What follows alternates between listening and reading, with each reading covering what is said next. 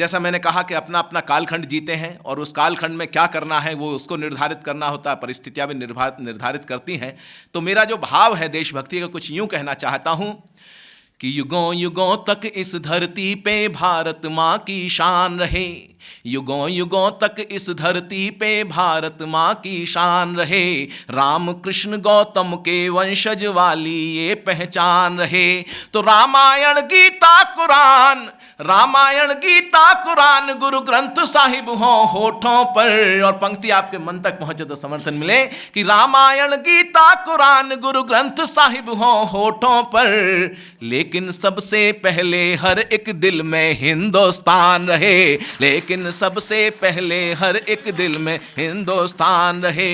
और जुग जुग से कल कल कहता गंगा जमुना का पानी है, कि जुग जुग से कल कल कहता पावन नदियों का पानी में, कि जुग जुग से कल कल कहता गंगा जमुना का पानी है, जुग जुग से कल कल कहता पावन नदियों का पानी है। भरत भूमि में जन्म लिया बस अपनी यही निशानी है, भरत भूमि में जन्म लिया बस अपनी यही कहानी है। और मैं बात जो करना चाहता हूं जेनेटिक्स की बात करता हूं, जो पूरा विश्व आजकल मेडिकल साइंस जिस बात को कह रही है कि जेनेटिकली कहीं ना कहीं पूरा ये एशिया महाद्वीप कहीं किस तरीके से अतीत में जाके जुड़ जाता है एक जगह, तब मैंने कहने की कोशिश की जो जाति पंथ संप्रदाय के जो झगड़े दिखाई देते हैं, तो शायद मेरा ये संदेश कहीं इस प्रकार से जाए कि जुग जुग से कल कल कहता पावन नदियों का पानी है, भरत भूमि में जन्म लिया बस अपनी यही निशानी है। तो एक सभ्यता एक संस्कृति अपना इतिहास बताता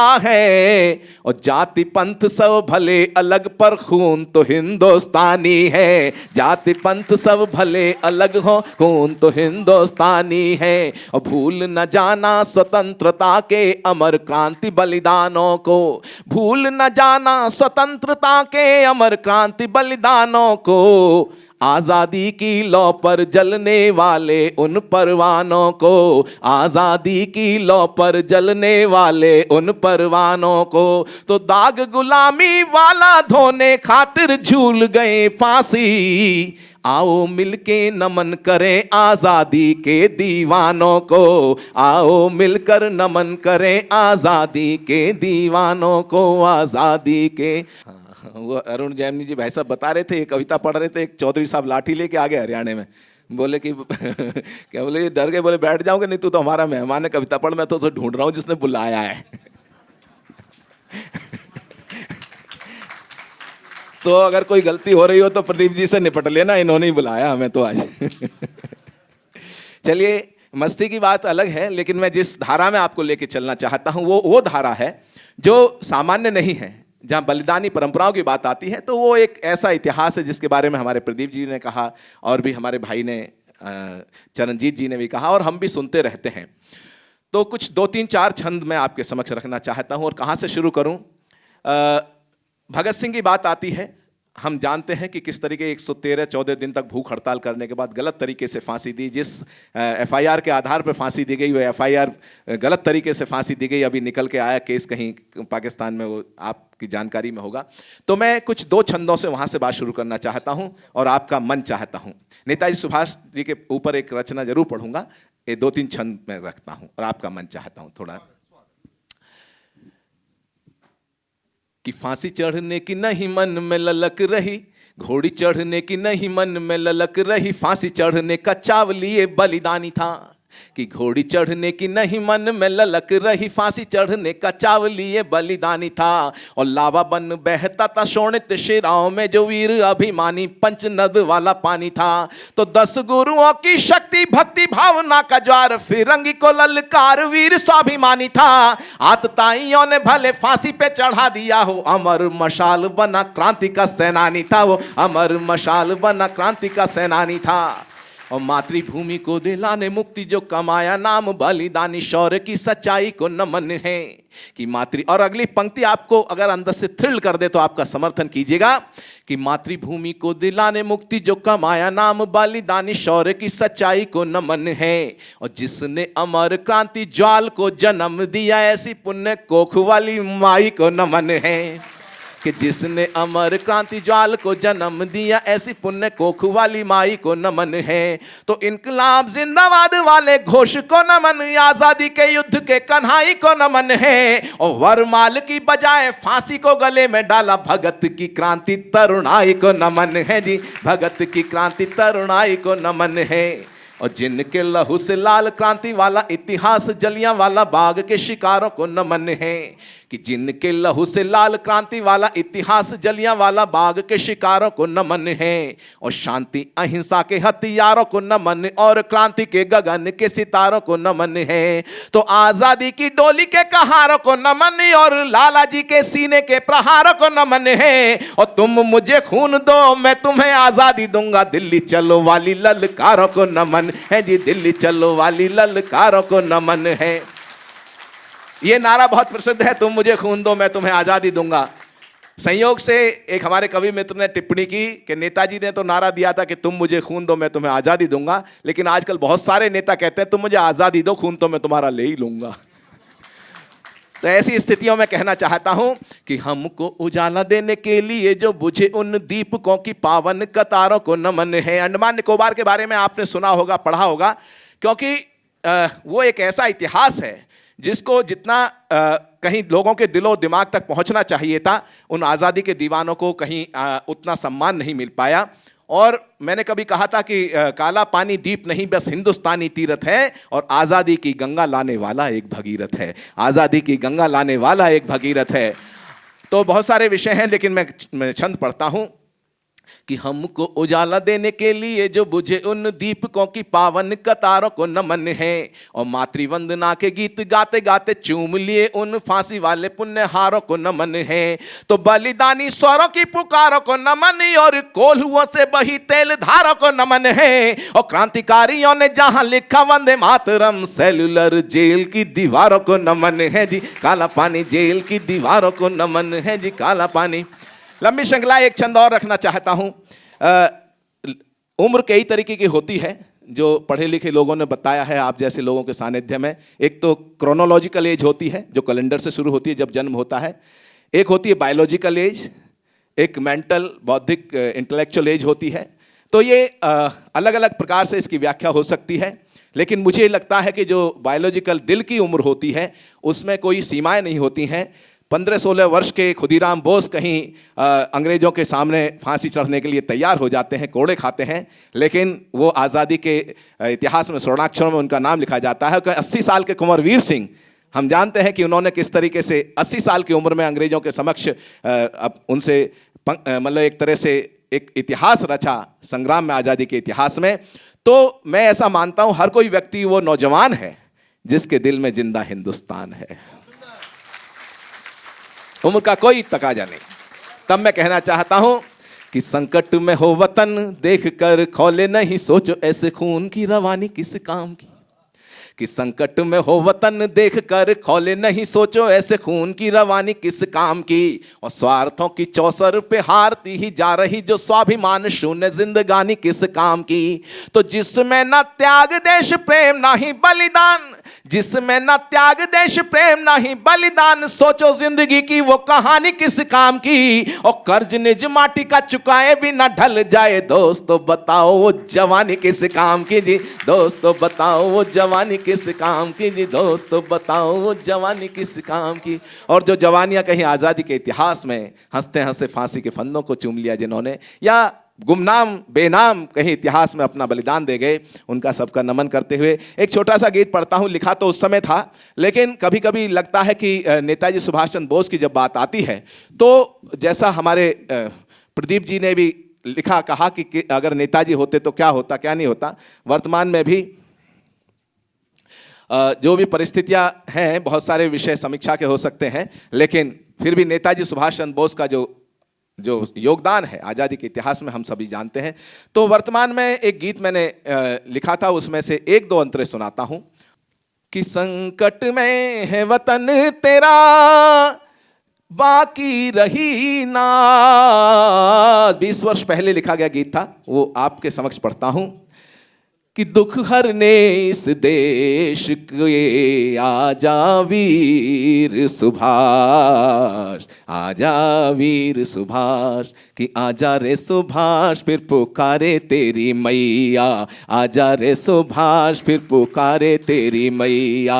अखियों में नीर ले निहारे तेरे रस्ते, आजा हंसते हंसते मैया लेगी रे बलैया, आजा रे सुभाष फिर पुकारे तेरी मैया, आजा रे सुभाष फिर पुकारे तेरी मैया। संसद विधान सभा बन गई अखाड़े, सत्ता के पुजारी पढ़े हिंसा के पहाड़े, देशभक्ति भाव जाने किस गली में खो रहा, बसते चारों ओर भ्रष्टाचार के नगाड़े, लूट लूट लाज पापी नाचे ताता थैया, आजा रे सुभाष फिर पुकारे तेरी मैया, आजा रे सुभाष फिर पुकारे तेरी मैया। और एक नारा था, दिल्ली बढ़े चलो दिल्ली दूर नहीं है। तो मैंने कुछ यूं कहा था कि दिल्ली तेरे पास आई तू क्यों दूर हो गया रे, दिल्ली तेरे पास आई, दिल्ली तेरे पास आई तू क्यों दूर हो गया, लाल किला पूछता वो लाल कहाँ खो गया रे, लाल किला पूछता वो लाल कहाँ खो गया, तेरा नाम नेताओं ने कर, नेताजी कहा जाता था उनको, कि तेरा नाम नेताओं ने कर दिया बदनाम रे, नेता सत्ता सुंदरी के ही नशे में खो गया, वतन से ज्यादा प्यारा लगे है रुपैया, आजा रे सुभाष फिर पुकारे तेरी मैया, आजा रे सुभाष फिर पुकारे तेरी मैया। और उन्होंने क्रांति के 5-6 बंद हैं इसके, लेकिन एक अंतिम मंत्रा और सुनाता हूं मैं। उसमें उन्होंने आपको पता होगा कि जो खूनी हस्ताक्षर कराए थे कि जो भी बलिदान देना चाहता है वो खून के हस्ताक्षर करे, तो ये अपने आप में बड़ा एक अभियान था। उससे भावनात्मक रूप से जो लोगों के अंदर एक देशभक्ति का ज्वार उमड़ा था, वो अपने आप में उस समय अनुभव करने की चीज़ रही होगी। मैंने कुछ यूँ कहा कि वर्तमान में भी अगर कुछ ऐसा होता है, उस समय की परिस्थितियों को देखें, और देश को हमेशा क्रांति के मसीहाओं की जरूरत रहती है कि क्रांति के सेनानियों की फौज फिर बनाना जी, क्रांति के से आप साथ आइएगा ना, क्रांति के सेनानियों की फौज फिर बनाना जी, कोरे कागजों पे खूनी हस्ताक्षर कराना, फिर से कोरे कागजों पे खूनी हस्ताक्षर कराना जी, गहरे गहरे घाव लगे भारती के भाल पे, भ्रष्टाचारी पापियों को सूली पे चढ़ाना जी, ले ले रे अवतार बन के नवयुग का कन्हैया, आजा रे सुभाष फिर पुकारे तेरी मैया, आजा रे सुभाष फिर पुकारे तेरी मैया। अखियों में नीर ले निहारे तेरे रस्ते, आजा हंसते हंसते मैया लेगी रे बलैया, आजा रे सुभाष फिर पुकारे तेरी मैया, पुकारे तेरी मैया रे निहारे तेरी बटिया, पुकारे तेरी मैया, आजा रे सुभाष फिर। एक बार उद्घोष करेंगे, जय हिंद, हाथ उठा के जय हिंद। बहुत अच्छा। और हम कार्यक्रम को आगे बढ़ाएं, बहुत सारे विषय हो सकते हैं। एक बात और कहना चाहता हूँ, इस प्रांगण से निकल के बहुत सारे हमारे बंधु, हमारे बहुत सारे जो छात्र या कहीं विदेशों में भी एनआरआई के रूप में, और सबसे बड़ी बात यह है कि जो आज़ादी का संग्राम, आज़ादी का इतिहास है, वो हमारे प्रवासी बंधुओं के साथ में जुड़ा हुआ है। क्यों इंग्लैंड का कहीं ले लीजिएगा, इतिहास पूरा पढ़ेंगे तो हमारे प्रवासी लोगों ने जो यहाँ से बाहर जाके पढ़ाई के लिए गए, किसी भी कारण से गए, उन्होंने बहुत बड़ा योगदान आज़ादी के इतिहास में अपना दिया। और नेताजी भी अगर यहाँ से निकल कर नहीं जा पाते तो इतना बड़ा काम नहीं कर पाते, हम इस बात को जानते हैं। वो भी प्रवासी बने, तब उन्होंने आज़ाद हिंद फौज की कहीं मतलब स्थापना की और आज़ादी का इतिहास को एक नई दिशा दी। मैंने कभी कहा कि भले हो दूरियां कितनी मगर मन पास रहता है, कभी यादें वतन में कोई जज्बा खास रहता है, और समंदर पार भी माँ की दुआएं साथ रहती हैं, प्रवासी हर हृदय में हिंद का एहसास रहता है, प्रवासी हर हृदय में हिंद का एहसास रहता है। और परिंदे भूल कर भी कब गगन को भूल पाते हैं, भला गुल भी कभी अपने चमन को भूल पाते हैं। और भले ही स्वर्ग सी सुविधाएं हों परिवेश में, लेकिन वतन से दूर रहकर कब वतन को भूल पाते हैं, वतन से दूर रहकर कब वतन को भूल पाते हैं। तो मैं पूरे दुनिया के प्रवासी बंधुओं को एक गीत का एक बंद समर्पित करते हुए, और भूमिका में पढ़ रहा हूँ गीत ऋषि डॉक्टर कुंवर बेचैन जी की।